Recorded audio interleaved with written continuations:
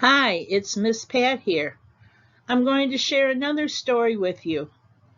Hopefully you will enjoy this fairy tale with a little bit of a twist.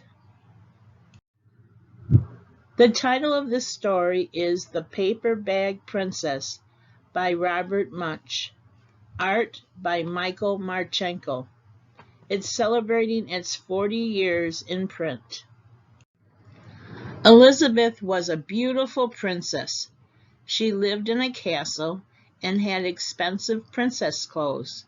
She was going to marry a prince named Ronald. Unfortunately, a dragon smashed her castle, burned all her clothes with his fiery breath, and carried off Prince Ronald.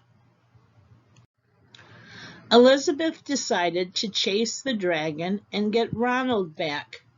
She looked everywhere for something to wear, but the only thing she could find that was not burnt was a paper bag. So she put on the paper bag and followed the dragon. He was easy to follow because he left a trail of burnt forest and horses' bones. Finally, Elizabeth came to a cave with a large door that had a huge knocker on it. She took hold of the knocker and banged on the door. The dragon stuck his nose out of the door and said, "Well, a princess. I love to eat princesses, but I have already eaten a whole castle today. I am a very busy dragon. Come back tomorrow." He slammed the door so fast that Elizabeth almost got her nose caught. Elizabeth grabbed the knocker and banged on the door again. The dragon stuck his nose out of the door and said, "Go away. I love to eat princesses, but I have already eaten a whole castle today. I am a very busy dragon. Come back tomorrow." "Wait," shouted Elizabeth. "Is it true that you are the smartest and fiercest dragon in the whole world?" "Yes," said the dragon. "Is it true," said Elizabeth, "that you can burn up 10 forests with your fiery breath?" "Oh, yes," said the dragon, and he took a huge deep breath and breathed out so much fire that he burnt up 50 forests. "Fantastic," said Elizabeth, and the dragon took another huge breath and breathed out so much fire that he burned up 100 forests. "Magnificent," said Elizabeth, and the dragon took another huge breath, but this time nothing came out. The dragon didn't even have enough fire left to cook a meatball. Elizabeth said, "Dragon, is it true that you can fly around the world in just 10 seconds?" "Why, yes," said the dragon, and jumped up and flew all the way around the world in just 10 seconds. He was very tired when he got back, but Elizabeth shouted, "Fantastic! Do it again."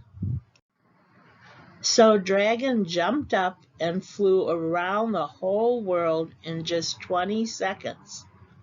When he got back, he was too tired to talk, and he lay down and went straight to sleep. Elizabeth whispered very softly, "Hey, dragon." The dragon didn't move at all. She lifted up the dragon's ear and put her head right inside. She shouted as loud as she could, "Hey, dragon!"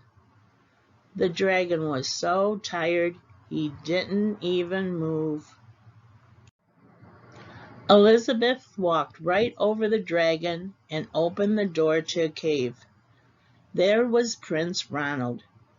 He looked at her and said, "Elizabeth, you are a mess. You smell like ashes, your hair is all tangled, and you are wearing a dirty old paper bag. Come back when you are dressed like a real princess." "Ronald," said Elizabeth, "your clothes are really pretty, and your hair is very neat. You look like a real prince, but you are a bum." They didn't get married after all. The end. I hope you enjoyed this fairy tale. When Robert Munsch wrote this book back in 1980, he gave us a different kind of princess. Elizabeth took matters into her own hands and didn't need saving. He wanted boys and girls to grow up believing they can defeat their own dragons and rescue themselves. Robert Munsch felt it important that all children see determined, strong, and smart girls like Elizabeth doing so. This message is important today, just like it was 40 years ago. Visit us online at our website at fppld.org for information about our upcoming virtual programs and much more. Bye.